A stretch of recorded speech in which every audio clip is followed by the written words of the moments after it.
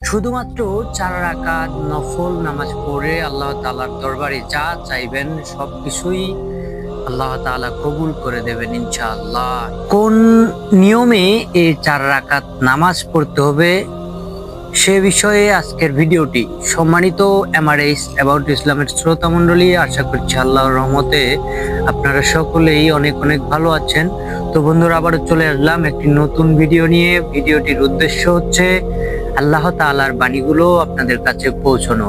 তো বন্ধুরা, আজকে মূলত আলোচনা হবে সূরা হাসর পাঠের ফজিলত। হাদিস শরীফে বর্ণিত আছেন, যে ব্যক্তি প্রত্যাহ আউযু বিল্লাহিস সামিল আলিম মিনাশ শাইতানির রাজিম পাঠ করে আলোচ্য 22, 23 এবং 24 এই 3টি আয়াত পাঠ করবে, আল্লাহ পাক তার কল্যাণ কামনার জন্য 70,000 ফেরেশতা নিযুক্ত করে দেবেন এবং তারা সারাদিন সেই ব্যক্তির জন্য প্রার্থনা করবেন এবং ওই দিন সেই ব্যক্তির যদি মৃত্যু হয় তাহলে শহীদ বলে পরিগণিত হবে।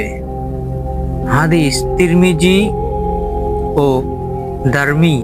গুরুত্বপূর্ণ কোনো প্রয়োজন দেখা দিলে পূর্ণ একাগ্রতা ও পবিত্রতার সহিত 4 রাকাত নফল নামাজ আদায় করে প্রত্যেক রাকাতে সূরা ফাতিহা পড়ে সূরা হাসর পাঠ করবে। নামাজ শেষে আল্লাহ পাকের দরবারে সেই প্রয়োজন উল্লেখ করে প্রার্থনা করবেন, ইনশাআল্লাহ অতি শীঘ্রই আপনার সকল মনস্কামনা পূরণ হয়ে যাবেন ইনশাআল্লাহ। যার সাধারণ বুদ্ধি বা জ্ঞান কম, জাফরান ও